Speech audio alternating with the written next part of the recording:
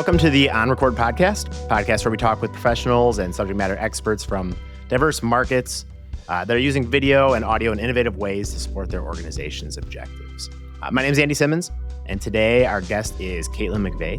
Cailtin is the Associate VP at Memorial Hermann Institute for Nursing Excellence. Cailtin, thank you so much for joining us. Thank you for having me. Yeah. We have a lot of questions for you regarding your use of video at Memorial Hermann, but first, why don't you just give us, the 2 to 5 minute kind of who is Cailtin McVey? Introduce yourself, give us a little bit of your background, kind of how we got to where we are today as the Associate Vice President. Sure. So I am a nurse. I started my career as a neonatal intensive care nurse, caring for very sick premature babies. From there, I've worked in a variety of roles, from infection prevention and quality, service line clinical projects, magnet program, and then currently in my role now as the AVP for Memorial Hermann's Institute for Nursing Excellence. And the Institute for Nursing Excellence was really established 2.5 years ago. And it's really intended to strengthen the nursing workforce, elevate professional practice, accelerate innovation to the bedside, and excel in clinical and operational outcomes. And that also includes nursing research. And so really a common thread across those 4 areas is community, because everything we do connects into the community, whether it's our community of nurses and clinical care providers or the greater Houston community. And ultimately, in all of my roles and my role today too, I get to work with different teams and leaders across disciplines and nurses and frontline clinical care providers to really push strategic partnerships, innovative initiatives. And along the way, I've learned a lot about the importance of piloting and doing small tests of change to learn and iterate, but always needing to consider scale and sustainability from the very beginning. And so a lot of times when we have new technology coming into Memorial Hermann that will impact nurses or frontline care providers, it comes through the Nursing Institute, and I get to have an opportunity to be involved with it so we can make sure we're connecting it to the right team members, the right stakeholders, and looking at it from various perspectives to make sure that the technology and the workflow processes all come together to meet the needs of our patients and our clinical care providers. So in that vein, where you're talking about like technology kind of funneling through you, how do you use and integrate things like data-driven tools like video analytics to enhance some of those goals that you're speaking of? How does video kind of play a role in that? Yeah, so it's a really important role in that. Over the last 2 years since we've stood up the Nursing Institute, we've worked really closely with clinical education, our human resources teams, and others to think through how we are upskilling and reskilling our staff.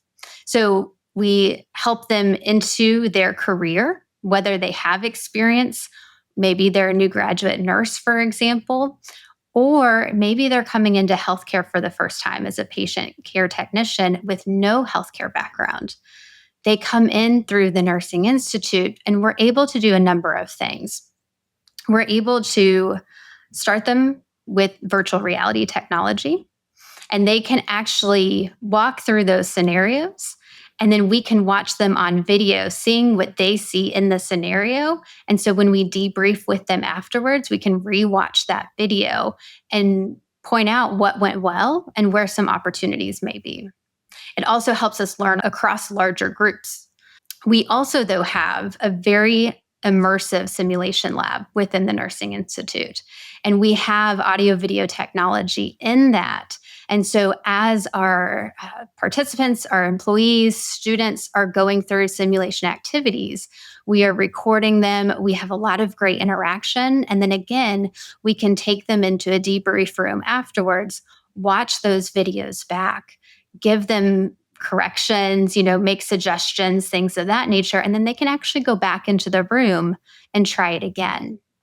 We use that same technology as we're building out new processes as well across Memorial Hermann. So a lot of times if we test new technologies, new workflows, we'll do it in our simulation lab. We can record the process.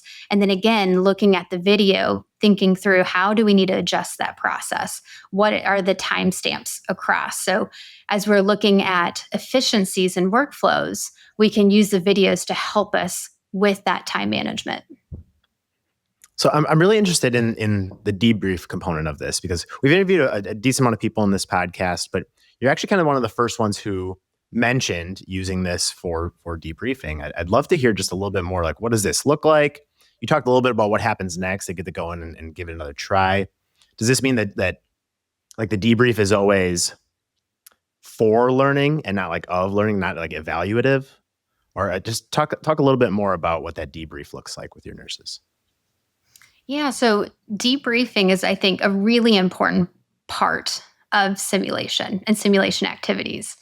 And so before we ever start a simulation, we pre-brief our participants. So we let them know kind of what they're about to experience, if there's anything maybe that we're going to have the patient decompensate during the scenario. So we really want to protect their psychological safety in the simulation process. So we start on the front by pre-briefing them. We also tell them that they are going to be recorded and that we'll watch their video back afterwards. And so that can introduce a vulnerable scenario, right? Especially if we are testing skills or if they're learning something for the first time and it's the first time they're putting it into practice. And so that's where, as we go through the simulation and then we get to that debrief process afterwards, it's so critical that everything ties together. So in the debrief, we have tables and chairs, kind of like a classroom setup, and a big screen TV. And we're able to pull the video that we recorded during the activity up on that big screen TV. And we can watch it through in real time. We can skip and jump to different parts of the scenario. And so our education team will be in the control room while the scenario is running, and they can actually put little bookmarks along the way. And it really flags for them where they need a target for that debrief process. So it's really intentional. Depending on the scenario and the learner and the activities, it could be one-on-one, or most often it's in a small group. And so we're all learning together then in that environment. We watch the video, we can provide feedback on what they did really well and highlight those best practices. And that's just as much a learning opportunity for everybody in the room as it is when we identify things that they could do differently next time. So just the positive side of it, I think, is also important because we can learn from what went well just as much as we can learn from what maybe didn't go so well. And then we can focus on those. So we can go to certain parts of the video, watch the technique, verbally talk through what we should be doing instead. We also have whiteboards in the rooms, things of that nature. So depending on what it is that they're walking through in terms of a scenario, they can draw a picture on the whiteboard, really showcasing the steps, showcasing the detail of maybe that anatomy, that body part, whatever it is. And really focus the learning in a couple of different ways throughout that debrief process. And then sometimes they'll go back to the classroom, learn a little bit more, come back upstairs, or sometimes they'll go straight back into the room and try it again. So it just depends on the nature, the topic at hand, and your learners. But that's why I think using video technology in this way is so effective, because we can really personalize it to the learner and to the scenario. That's great. Especially like I really kind of, I wrote that down pre-brief when you wrote that, because one, I had never heard that term before, but two, I can imagine, before we started recording, we talked about people maybe coming back for a second career. Maybe they started, somewhere else and they're going into nursing. They're probably not prepared to be recorded in their learning. So a pre-brief, I know if it was myself in your course, I would love to be briefed on exactly what I'm about to go through before I have to watch myself on it. When you were first implementing a video recording system, can you talk to me a little bit about like some of the challenges or lessons learned? Like, did you always pre-brief? Did you, let me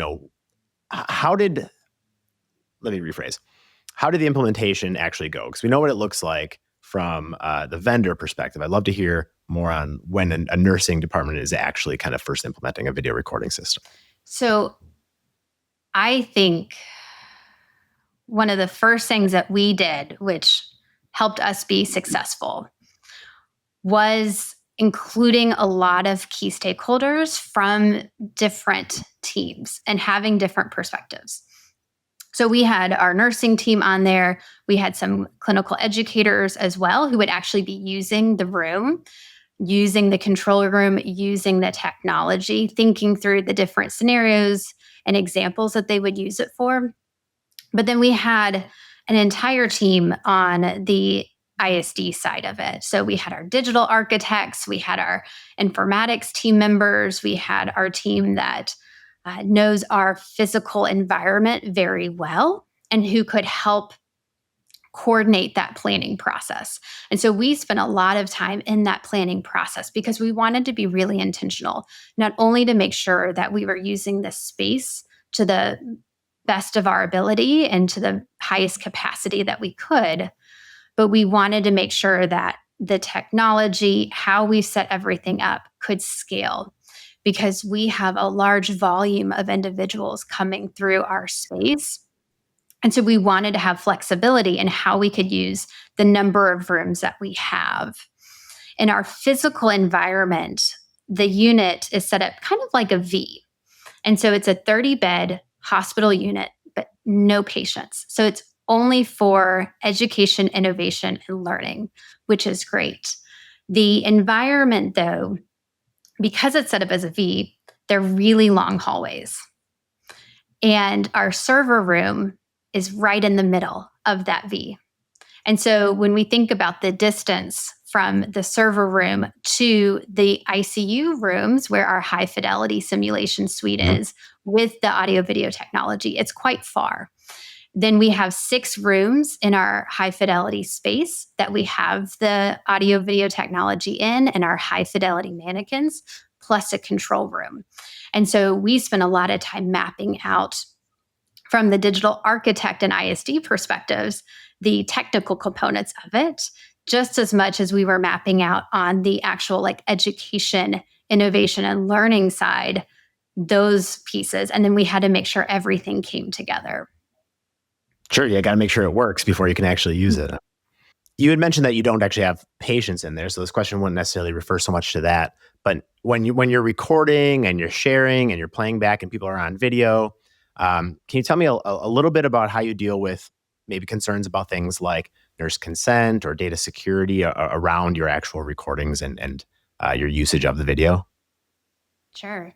So at Memorial Hermann, SAFE is our first service standard, and that includes psychological safety, physical safety, but also cyber safety, data security, everything that you just mentioned. And so we take that very seriously. And so from a data security perspective, we actually ended up installing a firewall in our simulation space. And so everything is put in behind a firewall instead of going onto one of our servers directly. Right. Only because of just the inherent safety that firewall brings as we are continuously bringing in new technology. So not just for one product necessarily, but as we come into this space fully and we're testing new technologies for the first time, it gives us protection behind that firewall to do so. Then that pre-brief process is really where we have the safety from a nursing perspective or a participate perspective, regardless of what discipline they're with. And so going through that pre-brief process is really important too. And for ours, we don't keep the video recording. So once that educational scenario is complete, we do the debrief and the class is done for the day, we go ahead and delete that data. Others can save it for longer periods of times. And I know different healthcare providers or academic partners might approach that differently, but that works for our process. And so I think it also helps if a learner is concerned of making a mistake on camera or anything like that. That helps them know it's just for learning. It's not necessarily to talk through their evaluation in terms of performance evaluation for their job, but it's more of a learning and competency tool for us. That's great. I could definitely see that kind of easing someone's tension on actually being on recording. Like, no, we're going to record this right now. We're going to debrief, and then it's going to be gone, and you could try it again. Exactly. Their manager doesn't have to see it, right? It's just for that learning purpose. That's great. I do want to get into what I think was one of the main topics we wanted to talk to you about today. If any of our listeners were to Google Caitlin's name, they're going to come across Heal High School. So in reading it, we see you work closely with Bloomberg Philanthropies and is it Aldine ISD? Is that the name of the school? Yes, it is. Build Heal High School. So you guys offer hands-on training and career pathways. Can you talk to us about Heal today?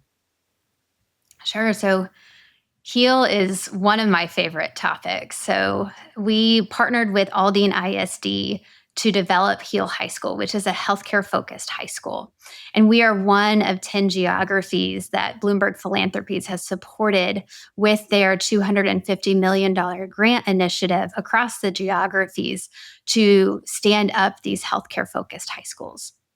So Aldine Independent School District is a large school district in the greater Houston community. And we are partnering with them to open HEAL, which is Health, Education, and Learning. Inside HEAL, we have 5 healthcare pathways. We have nursing, physical and occupational therapies, pharmacy, imaging, and healthcare business administration. So just as much as we have the clinical pathways, we have a non-clinical, more healthcare business focused one. And I think that's also really important because it takes all of us across the healthcare continuum to provide the services that we do at hospitals and outpatient clinics. Within HEAL, we have students through 9th through 12th grades.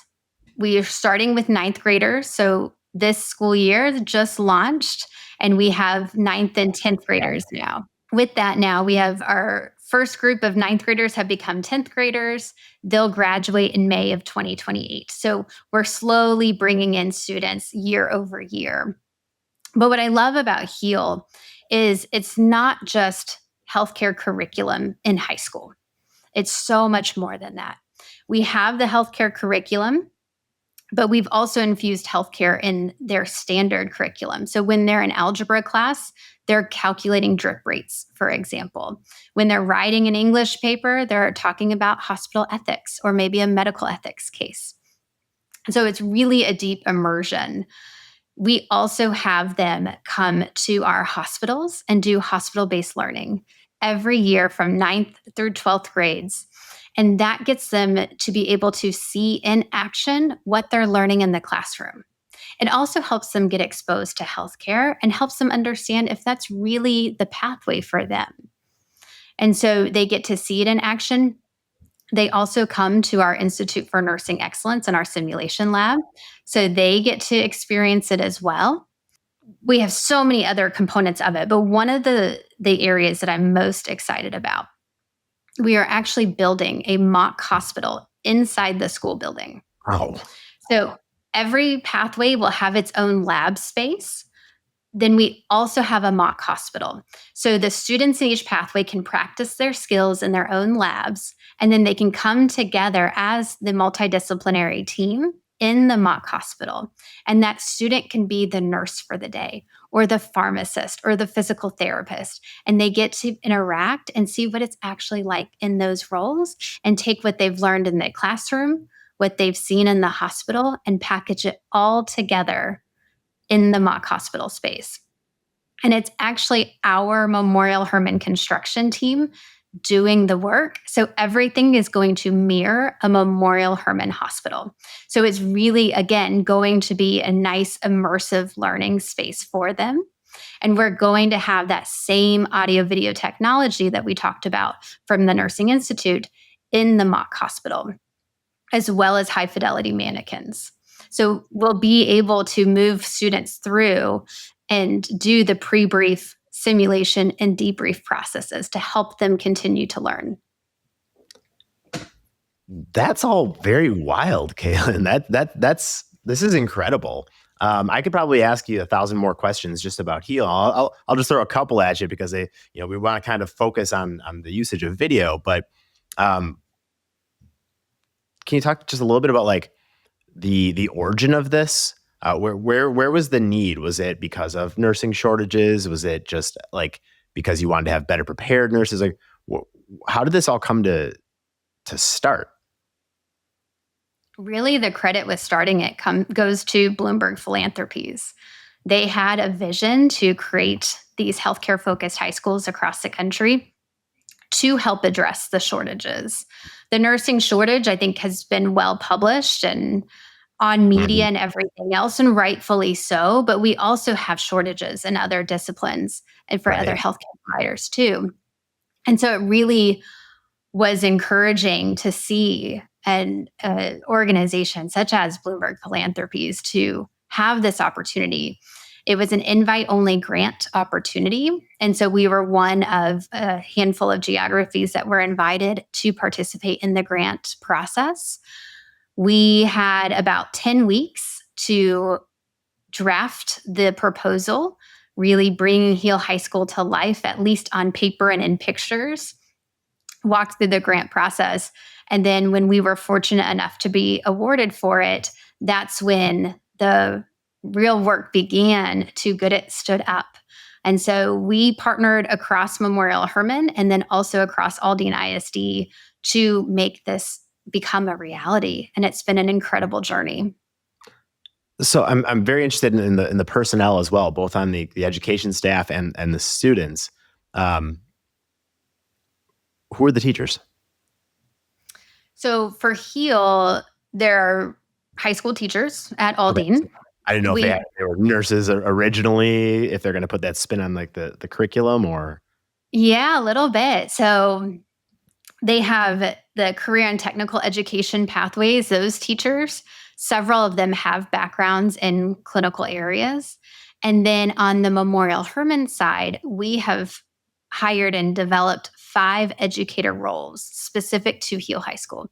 So we have an educator for every pathway who is an expert clinician in that space. So our nursing pathway has a nurse, our pharmacy pathway has a pharmacist, et cetera. And so they're able to also bring in that level of realism, so to speak, and that clinical knowledge and clinical excellence to the curriculum. So they partner with the school and our teachers at the school to develop the curriculum.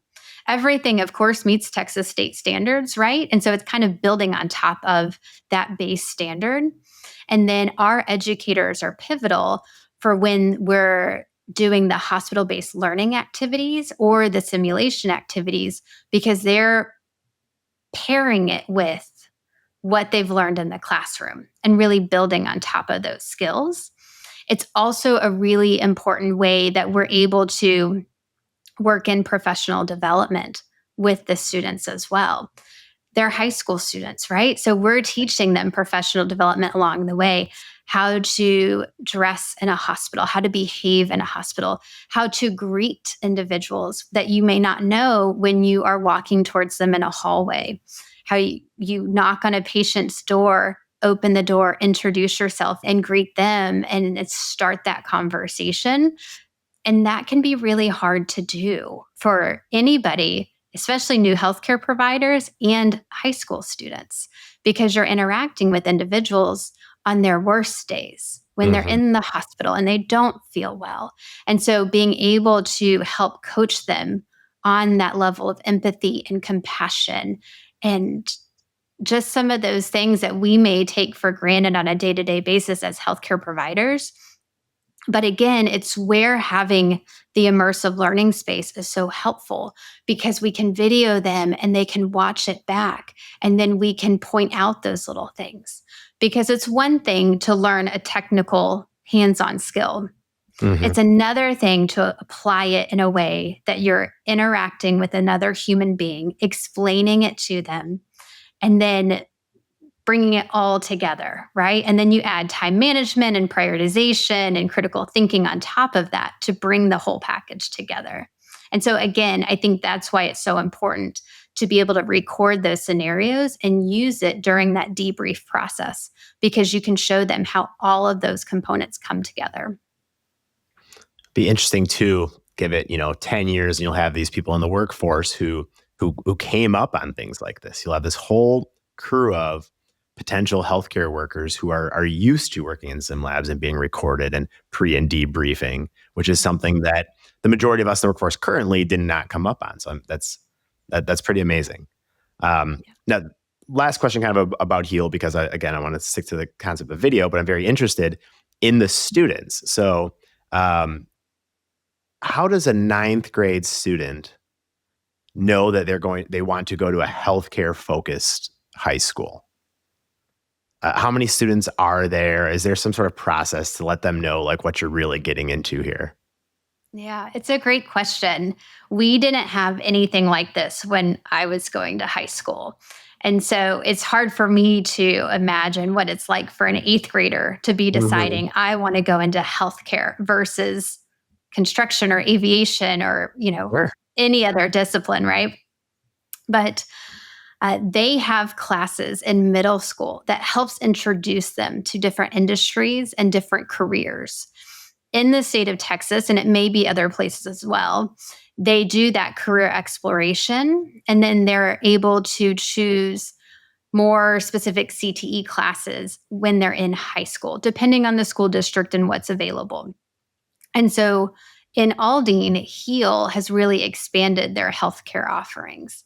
So we're working to really build that education in for the eighth graders. We're also working with our amazing marketing and communications teams and our video team at Memorial Hermann to showcase a day in the life of a healthcare provider. So we can bring to life what a pharmacist does, for example, because most students have a concept of a doctor or a nurse. They may not have an accurate portrayal, right? They may just see what they see on TV, but in general, most have an idea of a doctor or nurse, but not necessarily a physical therapist or an occupational Yeah. therapist or that imaging technician or the difference between somebody who does x-rays and somebody who does an MRI. And so we're trying to bring that to life for them visually to help them see themselves in those roles and understand, is this really the path for me? And is this where I'm interested? And so once they decide that, it's a lottery system. It's one of Aldine's choice schools. So the students can select their top 3 choices for their schools. Heal is one of those choices. And it's a pure lottery. So it doesn't matter on their grades or their Right. attendance or anything like that. It's pure lottery. Aldine has been an incredible partner. And so the first round of the lottery is for their students in their district. Then they've also opened it up to students in other districts and students or children of Memorial Hermann employees. And so they've really expanded the access to Heal High School. But in terms of volume, so per grade level, we have 190 students. So when you look at grades 9th through 12th all together, we can accommodate up to 760 to really almost 800 students. That's many And more so than it's, I was gonna say. yes, yeah, it's quite large, which is an incredible opportunity. Sure is. So I mean, it sounds like you're doing some amazing things, but I'm sure this all took lots of planning and some trial and error. I'd love to hear if you have any sort of challenges that you had to overcome, lessons learned through all this, either at the Institute of Nursing Excellence or at Heal, that other people that are trying to do something similar to you could learn from. There are always lessons learned, right? In anything that we do. Um, I think first and foremost is again getting the right key stakeholders involved from the very beginning and having the different perspectives. And then also being really thoughtful and intentional on how you layer the different components together. So, what is the foundation? What is the vision for that space or the school in this case, or the institute? And how do we layer everything together?